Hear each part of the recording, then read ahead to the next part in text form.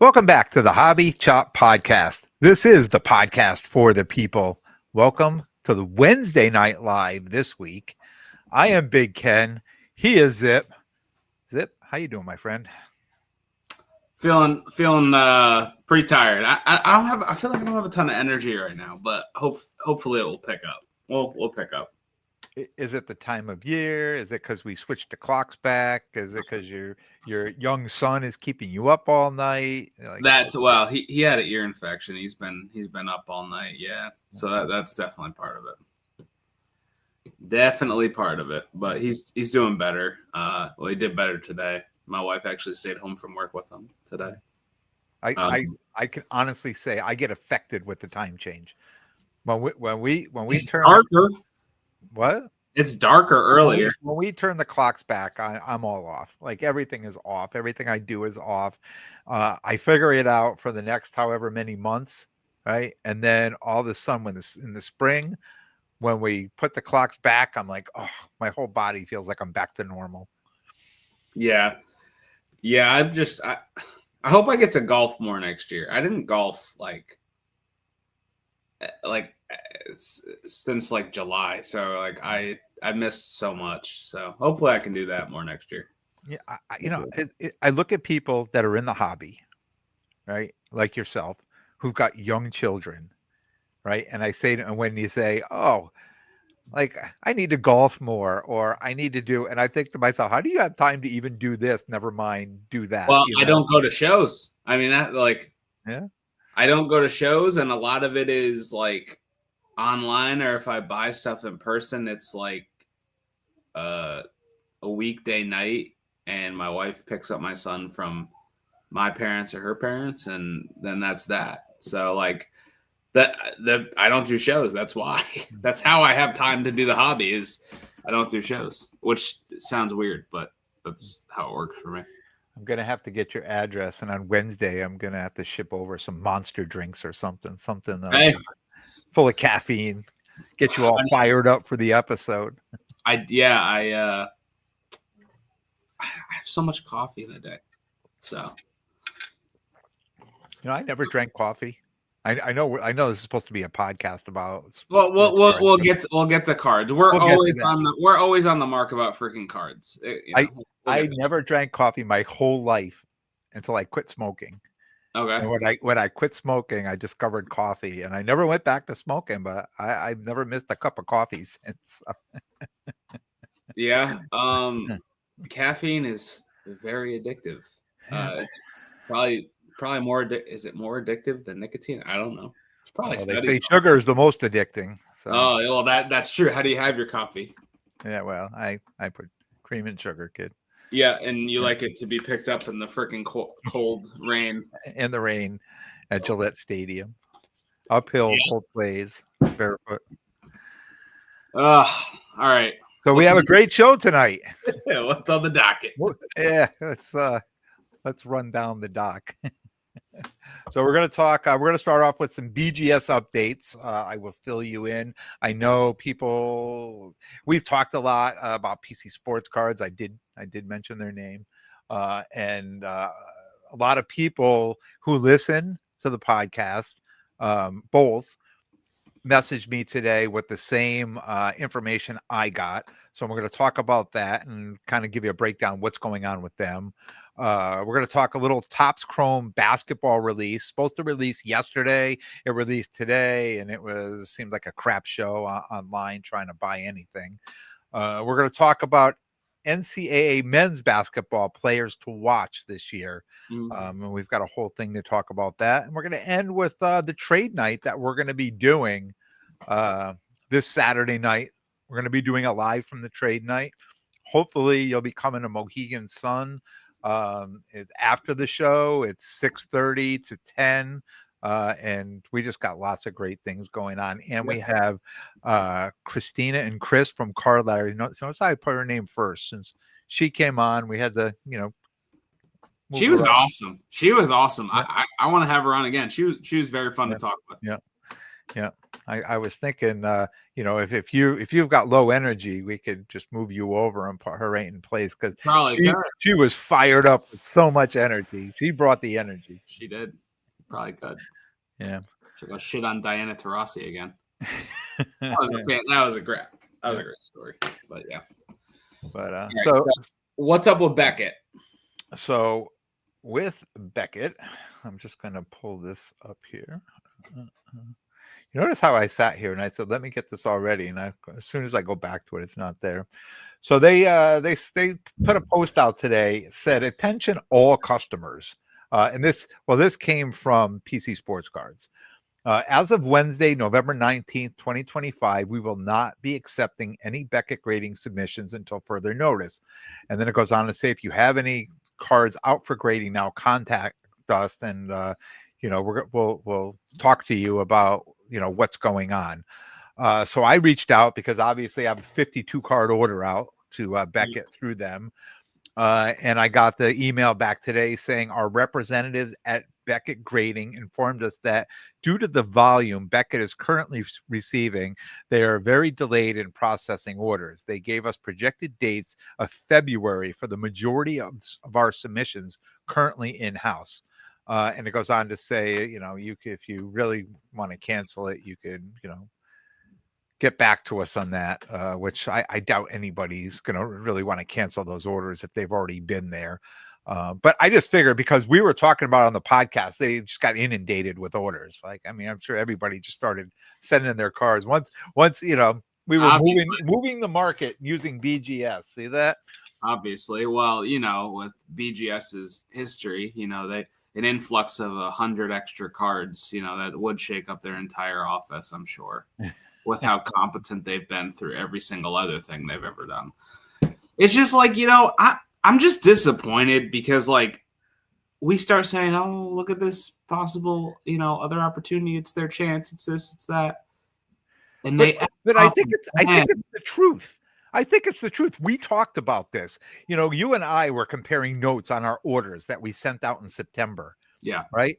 And within, I think it was 7 days of your order and my order was in 7 days, but it actually in that 7 days, there were 15 or 18 different orders. We could tell by, what lot number I was assigned to and you. Well, that's true. So it just goes to show that's one company that's submitting stuff.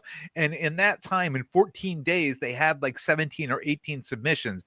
I'm 52 cards. I don't know how many cards you were, but I don't know how many cards I am either. So. Yeah, most people aren't sending 1 or 2 cards. They're sending, 5, 10, 15, 20 cards for a grading order. So now if you multiply that by, I can see that if people are pissed off enough at PSA, like a lot of us are, that our cards aren't, gemming right now, right? That it could have been this big landslide of submissions that came in. And I just had I don't know, because a little self promo. I just gemmed 80% of my 40 card order at PSA. So I don't know. So why are you sending them to BGS? Those are the ones that I wouldn't have gemmed at PSA. Yeah. Well, we'll blame that on the card company, right? You're pack pulling cards that are off center and dinged corners and scratches. And, Kurt Wolkin in the house. Howdy, Kurt. Tonight, sir. I always say sir. I don't know. You never know. Kurt could be a woman, right? It's a beautiful woman's name is Kurt. Yeah. Yeah. Nailed it, man. I always say sir, but I mean that. Well, you know what? You never know how anyone identifies now, so it's probably the safe way. Yeah, that's the way we do it. Hi, Kurt. So yeah. I still don't. I've shipped a few cards myself, not through the consignment to BGS, and they seem to be going through the chain as expected. I sent an order in. I think it was a regular order, 4 cards. Right. And I sent them in September. I know what my grades are now, and I'm waiting for them to send back. So, I think they're still moving along at a regular pace. I think you and I send cards in September. I would imagine we're probably going to see ours in end of December, January. I don't think we're going to be waiting till February. February? No, I know. I have no idea. And honestly, like on the fortunate side of it, with the stuff that I sent to Beckett, I don't even care when it comes back. Like it was all like 90s back. Well, it was 90s basketball. Who's on the screen tonight? You're like, nah, I gem 80%. I sent my cards in. I don't care if they come back. Yeah, but Kurt has an all-time comment. Is there a waitress here? Can I get another beer down? It's just like who like it's the stuff that I sent out specifically, like whether it comes back in this month, next month, January or February. Nothing's really going to change. Yeah. I mean, other than I told you about this, like, because I have all the women's basketball out there too. I mean, if that gets back in February, that's good. I can then just send it to auction right before March Madness. But like, other than that, it's going to be, I'm going to have to hold on to it. And then I'm going to like get antsy and just want to sell it. So for me, it's like, it's not a vault. It's like just, it's in limbo that just, I can't touch it. So for me, it's good. Or maybe it's just perspective, trying to be positive about it. Yeah. I mean, I think almost all those cards there, except for the Aussie Fuds that I'll want to sell this year. And I'm trying to think of a couple other seniors that, with the women's basketball stuff. I mean, the only reason I hurried and shipped them all off is because I kept hearing, the rumbling that PSA were going to raise their prices and something may be going on with BGS, and possible they would be raising their price, so I figured why not, since I have those cards, just get them all, get them graded, get them back. And I'll probably sit on them, some of those, like a lot of Sarah Strong, things like that. I mean, I'm not ready to sell those just yet. I'll let her go off and just build her resume and let the value of those cards, all those first Bowmans, go up. Yeah, that's not a bad idea. I have some stuff here that, like, I don't know why I didn't grade it. Maybe I'd have to go and look. I think some of them were. I think I have a few Sarah Strong like Bowman Best autos here. Yeah, but I don't think Bowman Best, the QC wasn't as good. I know the few you sent me a picture one day months ago. No, I think I have a few more too. You're like, hey, you interested in trading these? For Michaela Blake's. For Michaela Blake's. I'm like, well, I don't have the one you need anymore. I'm sent them off the grading, but I'll buy them. No, they're not for sale. No, not yet. I just wanted to trade them for Michaela Blake's. I want to keep that invested in a women's college basketball. And actually, let's do a little a live check-in with our girl Michaela Blake's. The game should be over by now, right? Or it's almost over. Fourth quarter, 2 minutes left. She has 28 points, so I bet she's not even playing anymore. They're up 83-49. Vanderbilt. You want to tell people your little golden experience? No, I'm going to hold off. I want to hold off till I have two stories to tell now. I'm going to wait till I get both of Golden? them. No, one from Golden and one from Fanatics Collects. Yeah, I've got some big cards coming, but I like to have them in hand. I don't want to tell the story. I want to hold them up. I want to show them. I want to show them off. Shout out Matt Ryan, though, regardless. Shout out Matt Ryan.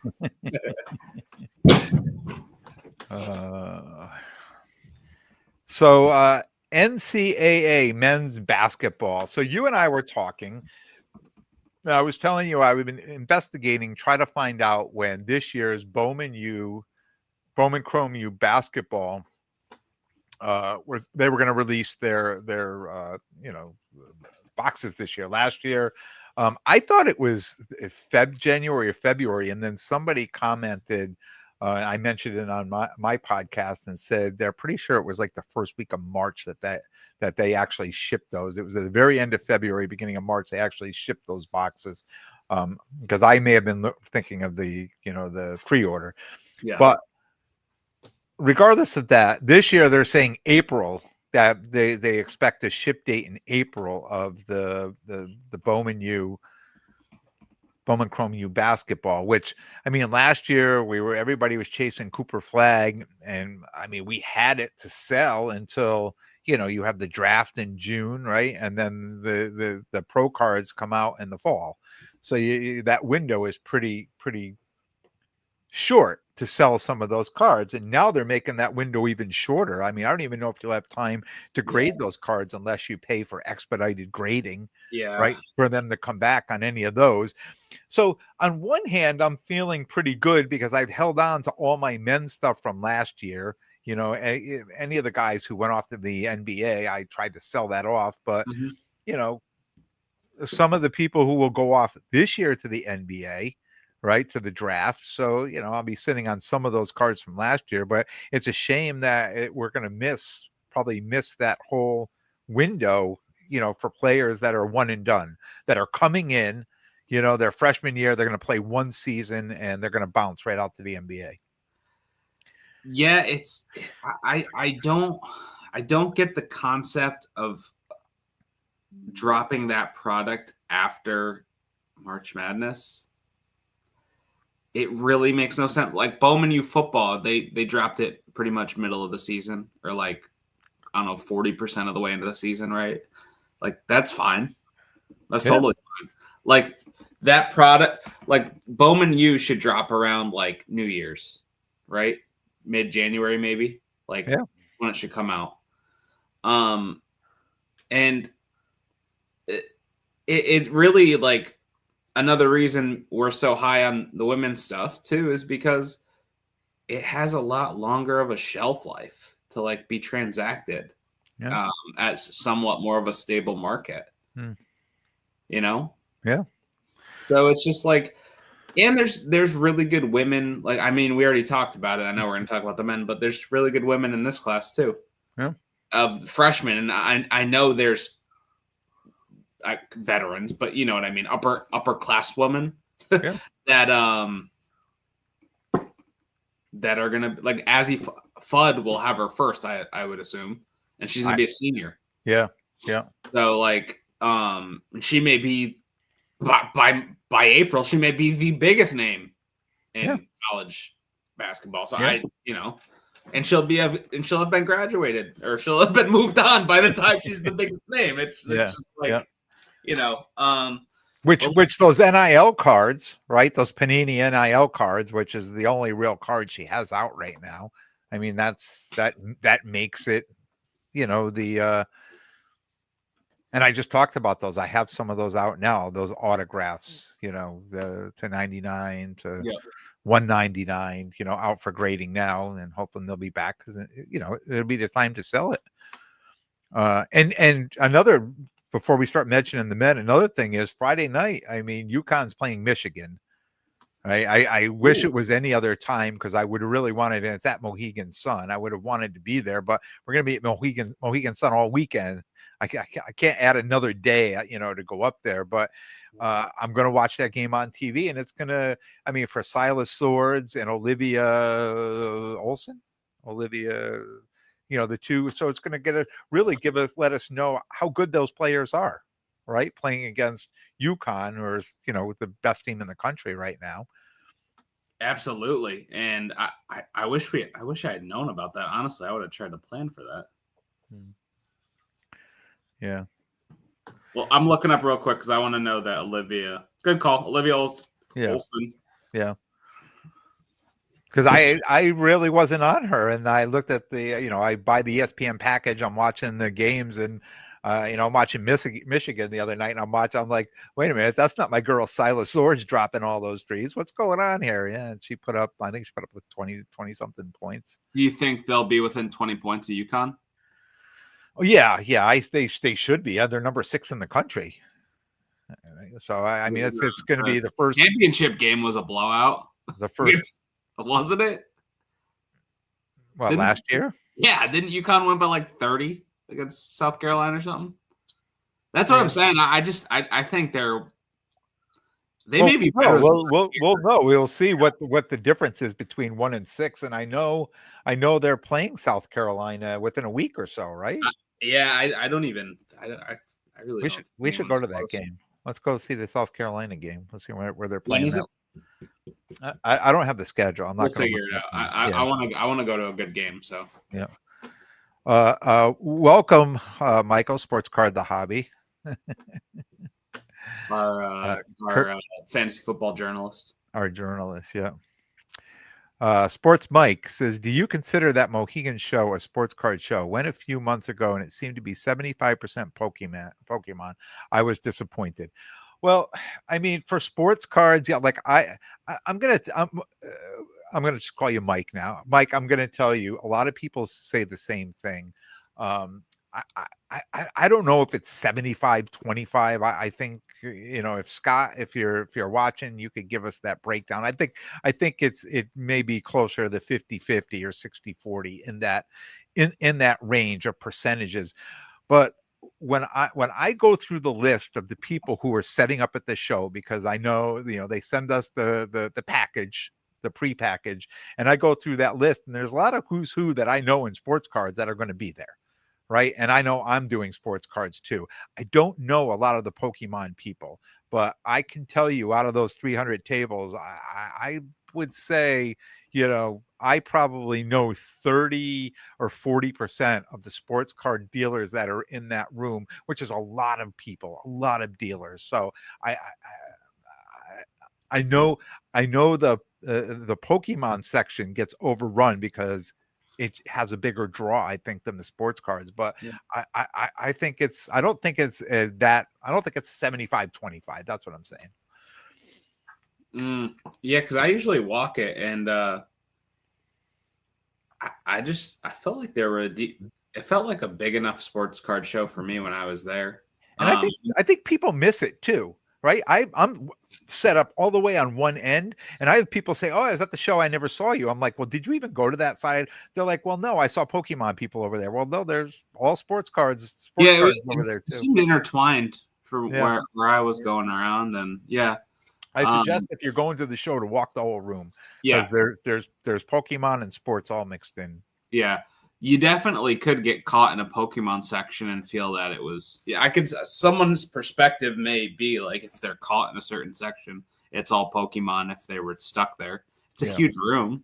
And also I feel like the crowds at the Pokemon tables sometimes are just outrageous. So it feels even more like, overflow. Yeah. Even though it's one table or two tables, that crowds around, that crowd makes it feel like it's 6 tables of the excitement, right? So all right, so getting back to the men's NCAA basketball, I talked about on my podcast, talking about picking up a lot of Braden Smith, because I looked at the ESPN top 100 and he was number 1 on that list. But more recently I pulled up a draft, ESPN draft, and online it is the 2026 NBA mock draft, projecting 30 first-round picks, right? So round 1 pick, Darren Peterson from Kansas. He was number 1. And the Bill Simmons podcast was talking about that. Bill Simmons, that's where I get a lot of my basketball, just intel from, because he's a basketball nut, and I feel that he's usually pretty early on a lot of the guys, especially in cards. If you listen to him, he'll leave nuggets here and there that you can pick up. And he was Peterson is the highest rated shooting guard that's come out of the draft since Vince Carter and Kobe Bryant. So he's a massive prospect. It's 6'6". He's 18 right now. Huge name. Huge name. And again, we have no idea, no checklist. We have no idea if these guys are going to have first Bowman cards or what's going on with them. But if they do, he'll be on the list to get. Sell ASAP. AJ DeBansa. We'll go with that. That sounds right. So he's a Massachusetts kid. He's playing at BYU. And so him, Peterson, and the third guy, Boozer, they are what many have touted as franchise guys. On a given year, they would each be a very, very solid number 1 overall pick to the draft. So so Boozer's listed as the number 3 out of Duke. Yep. And all freshmen, right? So all Yeah, freshmen. Those all three. of them are freshmen. They will be one and dones. And I know we talked about this a little bit off the pod because you were talking to me about Braden Smith, and he's a Purdue basketball legend. They love him there, right? He still could have a very solid NBA career. Typically, your stars in the NBA are one and done or coming from overseas. Because they're that good right away. It doesn't mean Braden Smith couldn't come out in the NBA and be excellent, but typically they're the one and done type of guys. Yeah. That are the studs that you want, I'm just going through here to see where he's even listed on here. I know I saw him. One that jumps out to me. Who are you talking about? Braden Smith? 35. So yeah, they have him going in the round 2. Yeah. One that sticks out to me that's pretty interesting is Dame Sarr. He's at Duke. He has the first Bowman from last year from Barcelona. Played at FC Barcelona, the basketball team. A lot of times those guys will go to the NBA, but he elected to go to Duke, which I thought was interesting. Yeah, I was not on him last year. I have to credit you. You were on him, told me about him. So I pulled his cards that I had, and they're at grading now. So I'm hoping for something good from him. And he's projected like 10th overall. He's a top 10 pick. He's a lottery pick. Yeah. So from a guy that was honestly, I bet you could find a bunch of his high-end stuff in dollar boxes because he was someone they're like, first off, people who are chasing like Cooper Flag, which is a ton of people just try to chase Cooper Flag. They're probably like, what school is this even?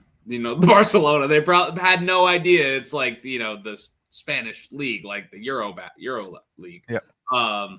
And so there's guys probably worthless. Throw them away, to me, that's the one. And is he the highest rated guy with a first in that draft? I think he is. I think wasn't it Philon? He's after. Was he after? It's Oh yeah, SARS 10. Yeah, SARS 10. Yes, he is the highest. He is the highest rated that had first Bowmans from last year. Yeah. Yeah. So I think Dame Sarr may be a little sneaky play there. Yeah. I bet you could still get a bunch of his stuff fairly cheap. Yeah. I remember seeing a while back like his Superfractor sold for not a crazy amount of money. I have a couple Superfractors here that I just held on to because guys were freshmen last year, right? And I'm hoping that they'll do well this year. I had the Derek Queen. Remember the Derek Queen Superfractor auto? I thought you sold that. You still have it? I sold that one. Okay. I sold that because I knew he was. Well, he's going to the NBA. Yeah, you would sell. He was going to the NBA. Yeah. Dame Sarr right now from the guys who has cards is one that also like it's so funny because like we're saying right now he's projected to be the highest draft pick of the guys who have cards from last year's product, but also like he's probably the most. Well, I shouldn't say this, but he probably looks like he could be the most under the radar because he's not. He doesn't have like he's playing at Duke. He's not in a Duke uniform. Like it probably looks strange to people. Yeah, and then you have like three guys from Isaiah Evans is one of them. Nganga. Yeah, whatever he is. He should be a second rounder. Yeah, I mean all those guys still have their cards from Duke from last year. First home. And then Philon, he's at Philon Jr. He's at Alabama, correct? Yes.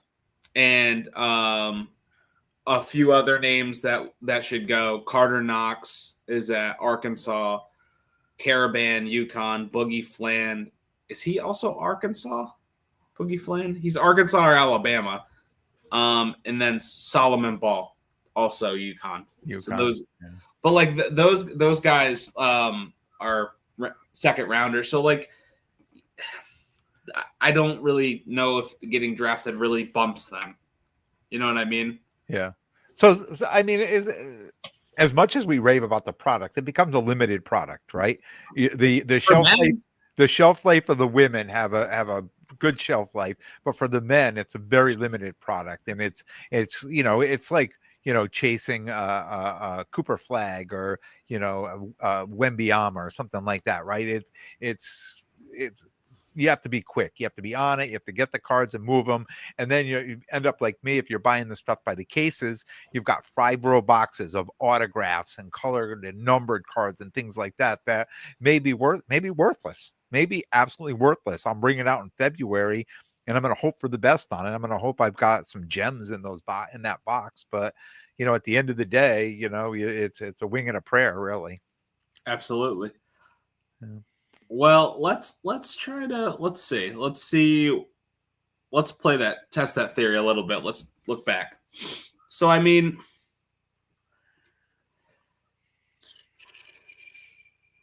most recent auto of Cooper Flag from that product was a red wave at a 45 that did 1,800.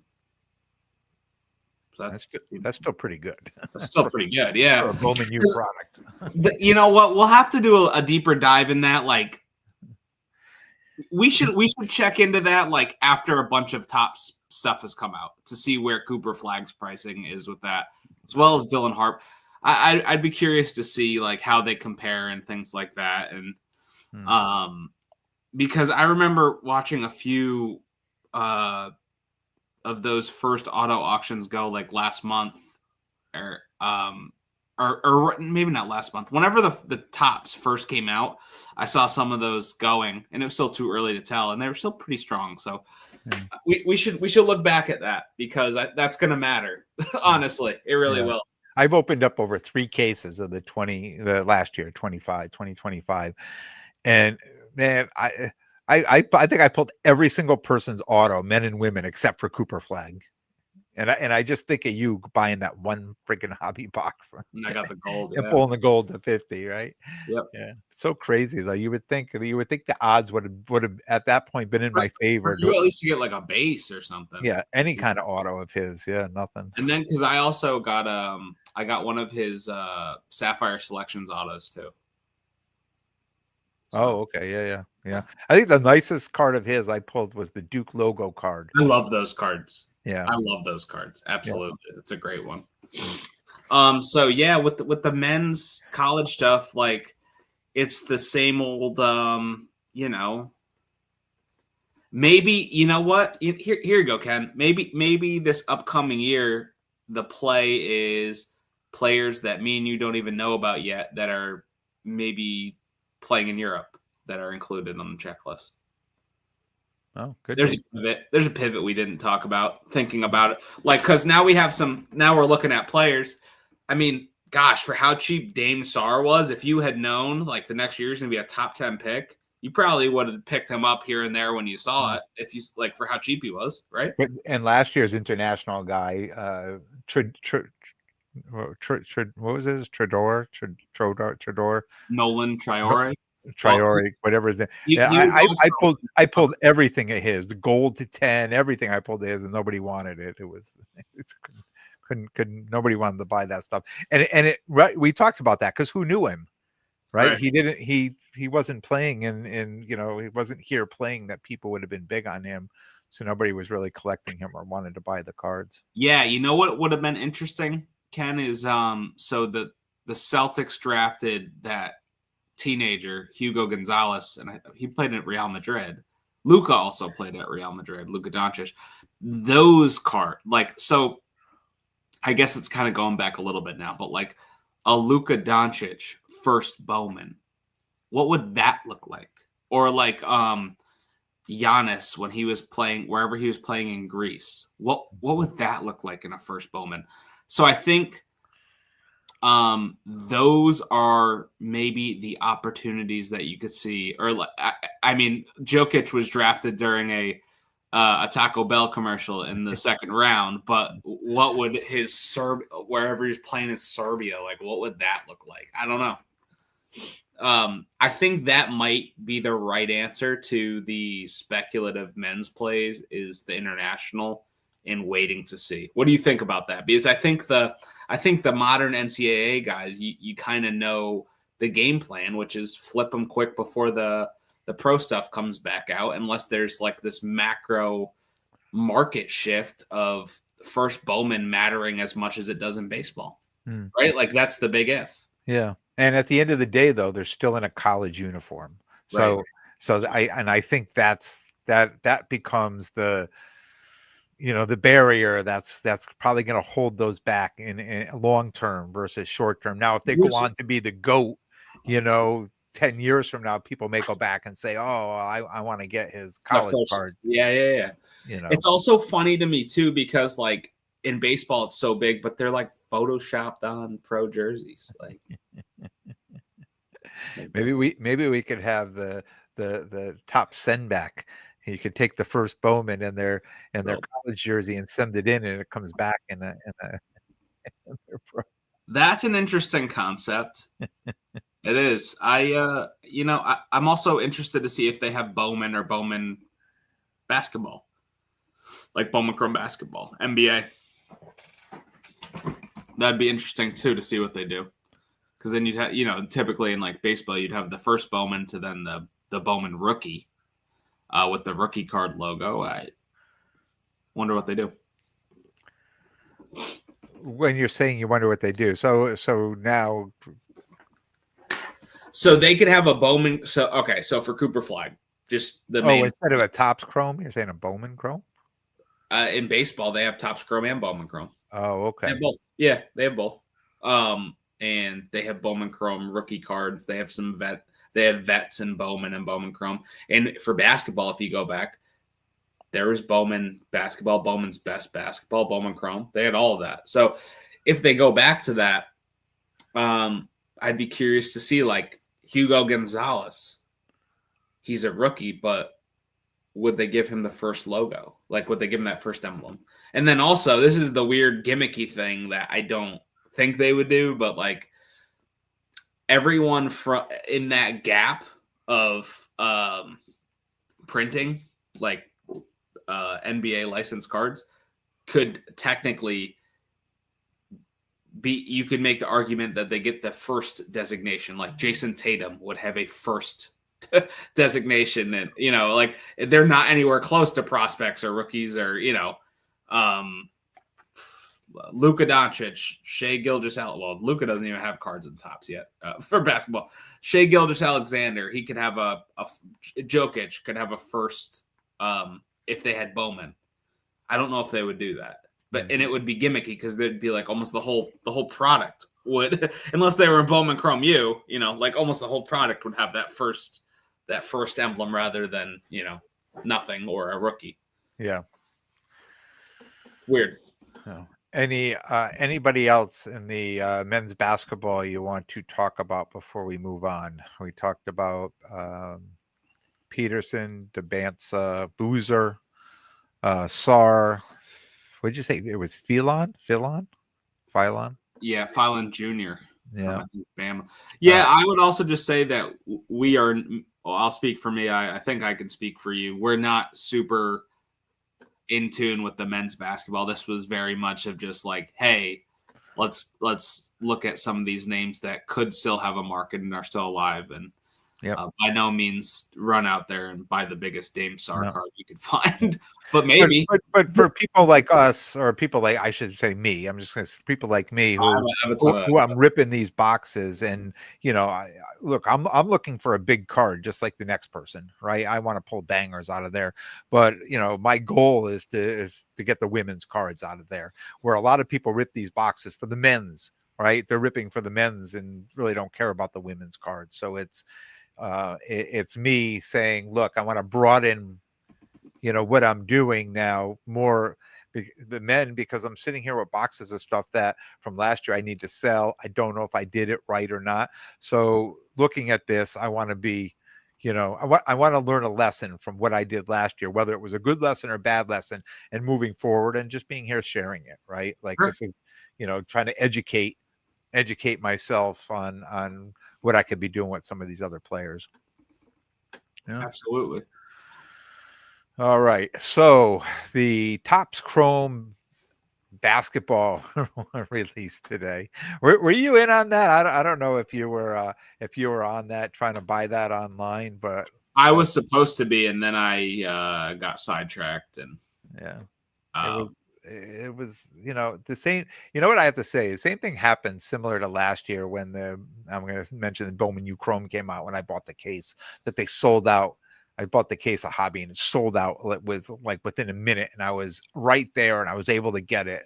So today, same thing, right there, right at the release time, and it just went from bad to worse on that. I was going to say there's probably 1,000 times more interest on the TOPPS Chrome basketball than Bowman Chrome U, right? Yeah, but you get it. Like I was right there, bought it, put it in the cart, check out, log in. Oh, well, I am logged in. I'll put your login in anyways. Your cart's empty. All right. Close it, open back up, go back in. It's available, put it in. And then now you're logged in. Oh, put your credit. Well, you have my credit card information and saved. I buy from you all the time. Just check me out. Oh, okay. So here, now we're going to send you the CAPTCHA. The code. Verification code. Yep. Yeah, some from the buy whatever that thing is. Okay, I got the code. Put the code in. Oh, well, we don't accept credit cards here. What? Wait, what? You don't accept credit cards? You're TOPPS, right? Go back and try again. Oh, yeah. Now your cart's empty again. And it was like this whole sick joke going around and around. And then, oh, it's sold out. Oh, guess what? It's back in stock. So like it's like 30 minutes out of my day trying to buy this thing. And it was pretty expensive. Yeah, it was pretty expensive. But you know what? Immediately after that drop, those hobby boxes were selling for. I mean, it was $379, right, for a regular hobby box, and $699 for the jumbo with the three autos. Right? Yeah. And the jumbos with the three autos that were selling at $699 were immediately, when that drop was done, were selling for $1,100 to $1,200. Sales being sold on eBay, people buying it immediately. Where you think, oh my God, this is so expensive, but I'm going to take a shot anyways. And then boom, right away. I mean, people are selling those same boxes instantly, making $400 or $500 on the same boxes. They just locked in, that they just purchased from there. And when people open those boxes and pull out $300 to $400 worth of cards, I'll be there to buy them for $200 worth of cards. Yeah. That's what makes the hobby world go around, right? Great, yeah. Yeah. Well, and just like you said, there's going to be somebody people are chasing. They're going to be ripping all those open to get the Cooper flag, right? Edgecomb. I mean, there's the 1, 2, 3 people, and then everybody else is like off to the they don't care. And those are the ones that are going to go into discount boxes somewhere. So this is where I think it does change a little bit. I think the gold refractors are going to matter a bunch. Like those certain color refractors, should matter a bit more than like any of the parallels and flagship. So like you pull a big vet name gold refractor, should be a pretty big card. But yeah, people are going to lose their shirts on it. Like, honestly, I'm almost happy I didn't win it because I know I would just open it. Yeah. And be like, well, that was stupid. Well, my goal was to hold it. Just take it and put it on the shelf with the other cases of wax that I have there that I'm hoping it'll be worth more than what I bought it for someday. Yeah. Unless I had Sherry rip it open, and well, then you're golden. Then we're gonna get one of those big gold bangers. Yeah, exactly. The gold Cooper flag auto. Speaking of Sherry, shout out to her. Like, Sherry. But she's jumped in. I have this WNBA collection, just massive collection, and she's jumped in and started helping me. And I was telling you earlier, there's just boxes and boxes of cards, but then we realized that they were, if you put enough work into it, they're full sets. So she literally for the last 3 or 4 days, she's been going through, like, I just been top loading, penny sleeve and top loading cards, and she's been figuring out the sets, right? From 19 all WNBA, 1997, 1998, 1999, 2000, 2001, and they're all complete sets, and there's extras and there's subsets and there's this set and that. It's like it's unbelievable that now I'm thinking to myself, I'm just putting them all in boxes. I'm bringing in a Mohegan and just say, just buy the cards. Now, before you know it, I've got elastic bands around sets and cards. And I mean, I don't even know how I'm going to sell this stuff, and I'm going to throw it out there, and I'm going to throw it out on my podcast too. If there's anybody buying WNBA sets of anything from 97 to 2001, I'm your guy. Call me up. Well, we have, you can always post them in that toxic WNBA Facebook group that we're a part of. Yeah. Absolute cesspool. You'll get called a scammer, Yeah. Or you could, that's like the type of stuff that I feel like if you put that on eBay, the right buyer would like just hit smash buy it now. Like, And here's the thing, if you don't put them in sets, and what I've realized, I don't put them in sets and put all the chase cards in the sets, then the 3 or 4 or 5 chase cards, if you pull them out and sell them separately, the rest of the cards are worthless.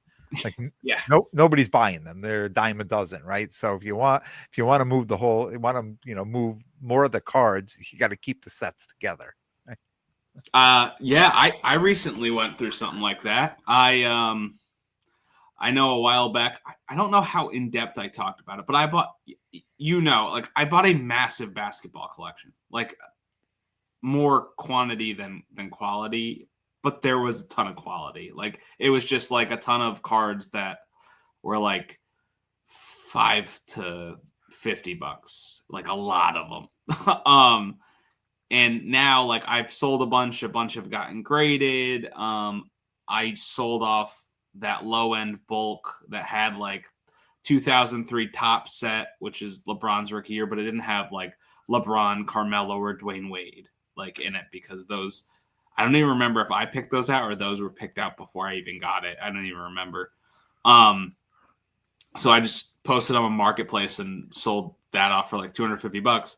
And then I found under a table somewhere, I had like 6 rows of like Allen Iverson, Tim Duncan, Kevin Garnett, like just these huge 90s names. So then I just made a bunch of player lots, because I'm just at the point where like I don't want to do the hard work on it anymore. So I made them in player lots, and I just sent them out to PC Sports Cards, and they will probably hate me, but I don't even care, because I'm just like, they're going to be posting these massive player lots of like mixed cards and whatever. Like, we're talking like 50 to 150 card lots of these players. And and like last week I had sent out a bunch of Michael Jordan lots from that collection. I sent out, like, it must have been like a 250 to 300 card lot that I sent out of like this legacy collection, Michael Jordan. But I sent out a bunch of lots. And with that sort of stuff, I think if you have enough of it and you're into it cheap enough, just making them like, there's some cards in there that are not like, they'd be worthless. But there are a bunch of cards that I just sent out that are good, that they're like $5 to $10 that are in the lot. So when you put a lot together, and I'm just going to pick out a number, you have a 10 card lot of one person. Is it duplicates of the same card? Are they all different cards? This situation, I had so much stuff, Ken, that like I really like just all, as if it was a Tim Duncan card, it went in the lot. If it was a Kevin Durant card, it went in the lot. With the Jordan stuff, I had so much, but I kind of kept that to like, I made a Fleer lot. Obviously not the 86 Fleer, 87 Fleer. The 86 Fleer is rookie. Didn't have that one. But like I did that, and then I did like a TOPPS lot, and then a Upper Deck lot, and things like that. But that's Jordan, so that's like a whole different, that's a whole different thing. With like Kevin Garnett, I had all sorts of years. I had him in Brooklyn Nets, Celtics, and Timberwolves jerseys. Just all of it go into, and the idea is like I'll get like $50 to $100 for that lot on auction, and rather than just grinding it out, and this I didn't want to do that, because it's also like it's funny is like when someone comes to sell you a card and they're like, yeah, but it's like it's $3 here, so give me three. They're like, it's $3, so that's what it's worth. It's like, well, how often did that $3 card sell? Is it $3, but it'll take you 3 months to make or to sell it for $3? That matters to me too, Mm-hmm. So what's that $3 card really worth to you? Right. No, I'm asking you a question. What's that $3 card worth for you? In what context? In just the context you were just saying. Right now? Right now. You were just describing a situation. You said, hey, that $3 card is just because it's sold for $3. That's not a $3 card. I'm asking you, what is it? What is the value? What would you say? I mean, I would try to get it for. I would try to get that stuff as not even as like a non-factor of like, yeah, I'll take it off your hands. So you want it free? You want the $3 card for nothing? Yeah, but in bulk. Like that's the thing though, is like if you take enough, like I legitimately there might have been like 30,000 cards in the collection. I don't think I've stated how outrageously large. But there's like 30,000 cards in this collection. Yeah. Okay. Like yeah, that's why I say what's the context, right? Because like, is it a new $3 card of a cool name, but it's like a cheap insert, like maybe out of the new top stuff, it's like $3, but it's an insert that will sell quick. Then okay. Or is it a Kevin Garnett 4th year TOPPS base card? I don't know. They're kind of different. It's just, for me at this point, with the amount of work, and I've more than made my money on that collection. Yeah. It's at this point, it's just like, how can I get some value out of it and give it a fair chance to like bring me in what it's worth? I'm just like, I'll make these huge player lots. And see, that's where I go wrong when I buy collections. Like I know what I put into it, and then I work and I get my money out of it and I turn a profit on it, and then I just walk away from it. And like I move on to something else and I leave it boxed up on the shelf somewhere. And now that's not always the worst thing though. No, but now I'm at a point where I've got 5 different collections that I bought that don't owe me anything. It's all just extra right now because I've already cashed out on it. And now it's the point where, okay, we need the space in that room. So why don't we start working on getting that? Of course, going back to Sherry saying, look, I'm going to help you do this. Let's start getting rid of all these cards. I mean, there's got to be people out here who want them. So that's when consigners come in for me. Yeah. So like, and this is like, I feel like people, I don't know.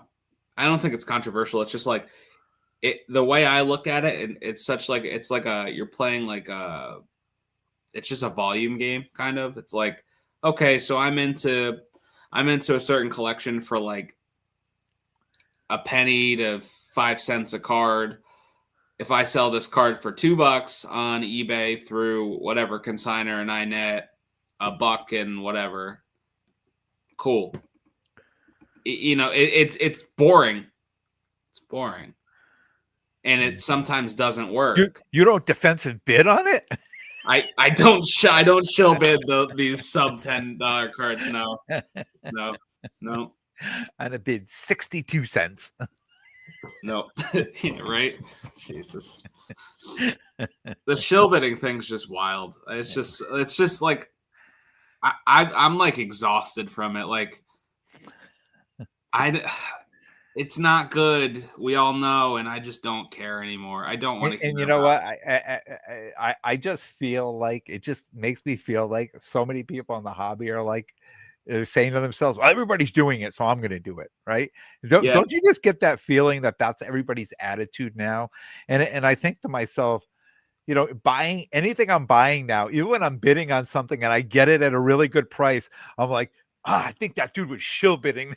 It's like in your mind now, like even if you're getting it for a good price, doesn't even matter. I just think it's like the unknown now. And then, people say to me, I can't believe you still buy on eBay. Like that stuff's all, and I'm like, well, anywhere online could be shilled. Oh, yeah. I don't know. It's like if somebody opens the box and somebody says, don't think of a pink elephant, right? And you just can't think of anything except for that pink elephant. You know what I'm saying? So I got my delirium cups up here. I got pink elephants right here. Do you know what I'm talking about? You know what delirium is? No, but I'm looking at this. I'm looking at the Bill Oakes down here telling Sports Card Mike, come to the Quincy show because it's more sports than Pokemon. Oh, what are you doing, Bill? You're sniping my customers? Speaking of the Mohegan show, I'm looking forward to that show this weekend, and I'm looking forward to the trade night. We are going to record live again from the trade night, so that will be fun. A shorter live to give us more time to make some purchases and Sports Card, the hobby, all kinds of stuff coming in now. What are your thoughts when your consignor is bidding on your card? So I have to say something. I'm not going to get into the details of the card I bought, but Michael, I was thinking of you when I put a very high bid on a card. On Golden, which some call it a mega bid. Yeah, well, whatever it was what I was willing to pay for that card, and it was twice as much as what the card was selling for at the time. And I thought of you, Michael, because I thought to myself, should I have gone that high? Is it possible? And this is what I'm saying. This is the thoughts that come into my mind. Is it possible that the people on the other end that are doing this are saying, well, this guy's willing to pay this much money. Let's bump that price up. We'll still let him win, but we can come up another $400 or $500 because he's got plenty of room there, right? So this is what's going through my mind on there, and it did not happen. There was a lot of meat left there when I ended up getting that card for a ridiculously low price, that even if it did go up higher, right, it would have I still would have bought it, and I probably, here's the thing, and if it went over, I may have gone even higher. You pay your mega bids, so it doesn't matter. You pay your mega bids on cards that you don't own, so it's fine. Yeah, you're just a collector. That's what it is. Yeah. Right? That's the saving grace. Bill says, go to trade night for Ken. Thank you, Bill. Ryan, Reservoir Sports Cards in the house, said Mohegan's always a great time. It is. He's doing a whatnot, WNBA and NCAA women's stuff. I jumped in on his whatnot and bought a few cards that I'll bring to Mohegan this weekend because they were UConn. John Dortch in the house. Any players you were looking to come up to your table? Yeah, any of the women, NCAA women, Hunger Games cards, Katniss Everdeen. Like if you could make it to my table, that would be good. But Sarah Strong, Juju. I say we've been calling her Ozzy Fudd. Now I hear they refer to her as AZ Fudd. Elmer. So yeah. What's it? You mess around. Wesley Wabbit. No. The Fafo. No. No. Her mother was wearing the shirt. Fud around and find out. That's pretty good. Sports Card Mike. Yeah. Sports Cards Mike. Yes, a mega bid. Mm-hmm. Yeah, and I put it on, but I pay my mega bid, sir. What does he say? Take notes, Rob. Yeah. Yeah. Yeah, so I'm looking forward to that trade night. we're going to record live, a little bit shorter, but we're going to be doing a raffle, right? We're giving away five free 1-year memberships. And I'm also at my table. I've got the sign. I got the big board's going to be behind me. If you want a 30-day Card Ladder membership, you come over, come to the table 100. Scan the code, and you'll be able to sign up for free 30 days of Card Ladder. Boom. And that goes for anyone who collects Pokemon too. You're allowed to come and do that. Yeah. All 75% of you. Anyone, even your parents can come do it. They can come get Card Ladder for a month free too. That's right. Or they could go win it for a year at trade night. Yeah. I'm excited because last time I was there, I made out like a bandit with the value boxes. My Aaron Judge rookie patch autograph from 2022 that I found and jammed in the dollar box. Was that the fake card? The fake card. I will be looking for more of those fake cards. Thank you very much. I'll buy all those fake cards gladly. But yeah, no, I'm excited to go scavenge the value boxes. I'll probably be hanging out with Ken too at the table. And then I may, go grab lunch. You gotta see if you can get away for lunch or something like that, because I had an excellent time at Soltoro last time. You brought me back the nachos, the guacamole, the guac and chips. Yeah, I had one too many coconut margaritas and took a little bit longer to get back, but hey, it's all good. Sports Mike said, "Did Card Ladder remove the feature to see sold items recently?" No, I mean that's probably their meat and potatoes of their business, having that on. I would say hard no. Unless we're not interpreting that correctly. Bill Oakes, I'm going to buy all those relic autos. Bill, make sure you feel how chunky those patches are too on those cards, because they're extra special. They make them extra special just for me and you, man. I'm excited. I keep getting more excited about Bowman baseball, as like this is like the buy time, because I really feel like there's nothing like all sports has players that cards like boom and stuff like every year. We know that, but I feel like with Bowman, it literally happens every single year. Like you can find the guys and it's not like a shocker, like every single year. But like, you got to know who you're looking for. And the players that you should be looking for right now, maybe don't even know that they're going to be a player. Maybe you don't even know their name right now. They've done nothing, right? So they could just be sitting. So how would you handle that? Like if you went up, so when I go up to a table and I'm just going to throw this out. I go to a table and I see somebody's got women's basketball, the NCAA, right? If I see a numbered colored car, I'm pulling it out and I'm buying it. Even if it's not Sarah Strong or Ozzie Fudd, or you know what I'm saying, Caleb Blake's. Hey, look, this is a nice autograph card of of somebody that's playing. It may never be worth anything, but who knows? She's a freshman. By the time she's a senior, she could be all the rage, right? Yeah. So, I mean, do you do that with baseball? Would that be the same thing you would do at Topps Baseball? Would you go through a box and say, "Hey, here's an rookie autograph of a guy or his first Bowman or whatever. I'm just going to buy it because the price is right, and who knows, he could pop a year or two from now."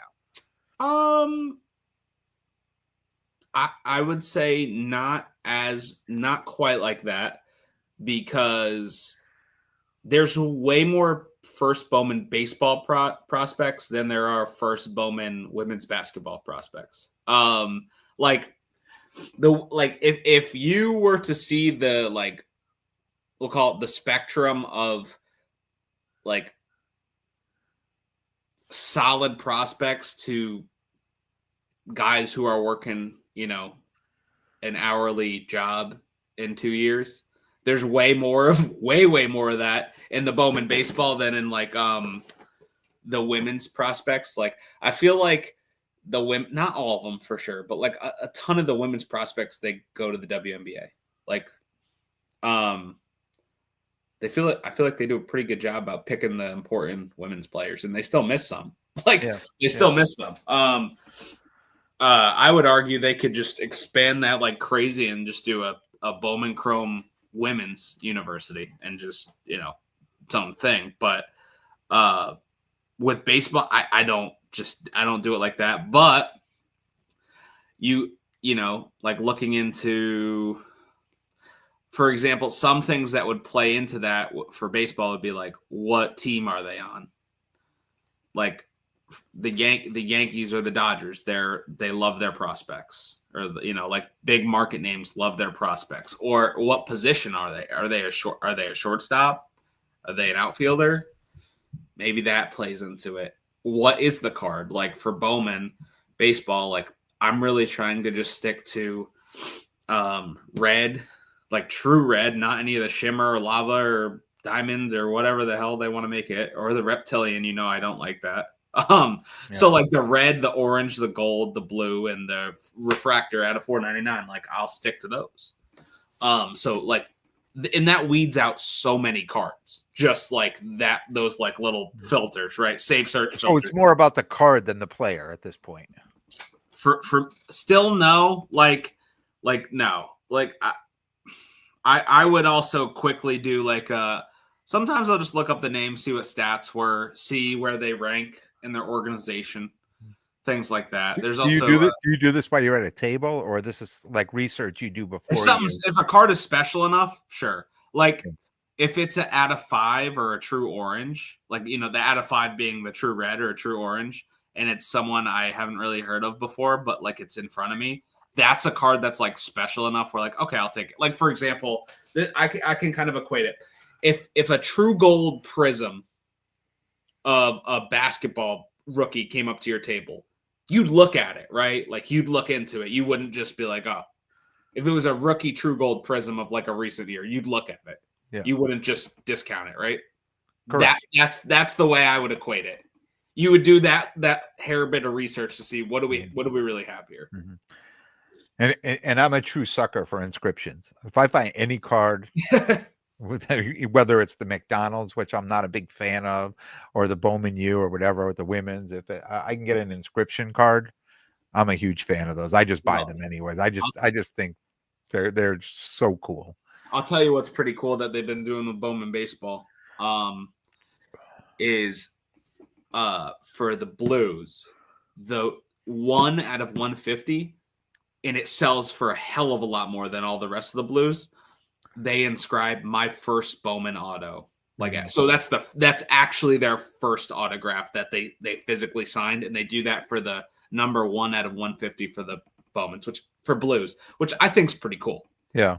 And we're talking about like, let me see, I'll try to find one just to get a first Bowman auto inscript blue inscription.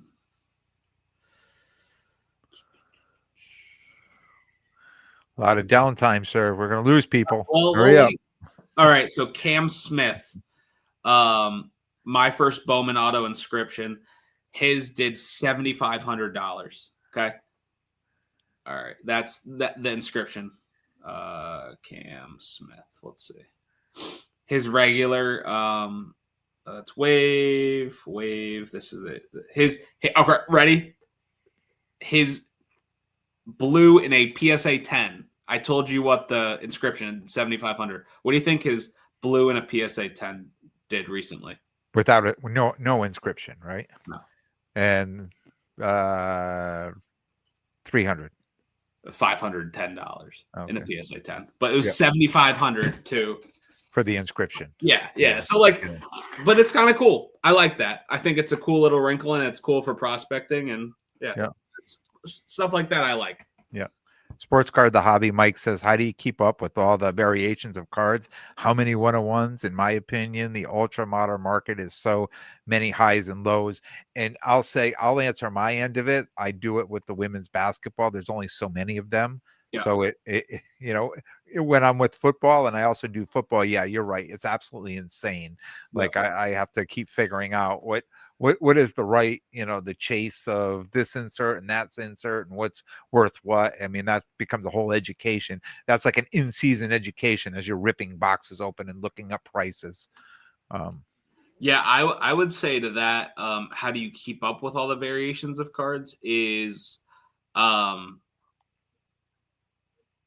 I guess why like what would your reasoning behind keeping up with them be? Is it for knowledge? Then check the checklist. Is it for pricing? Then if there's new variations of cards, like Optic did like that flex emoji. I remember that one just comes to my mind as like a new weird, yeah, they got the football emoji, the flex emoji, fireworks. Yeah, look to see how those sell, and then also like if, for instance, like if I just wanted to like get rid of that crap and like not worry about it, I would hone in on the certain parallels that I care about for certain sets, and then just like, you know what I mean, like kind of tunnel vision on that. Yeah. Like he said, how many 101s? Like which one of one is important to you? That's what it comes down to. Yeah. I hit 101s in the Bowman Chrome U, but then I had to figure out, is this a true 101? Is this true superfractor? Is it an insert superfractor? Yeah. Is it an auto true? Is it a non-auto? It's like, yeah, there's a lot. It's a lot. Yep.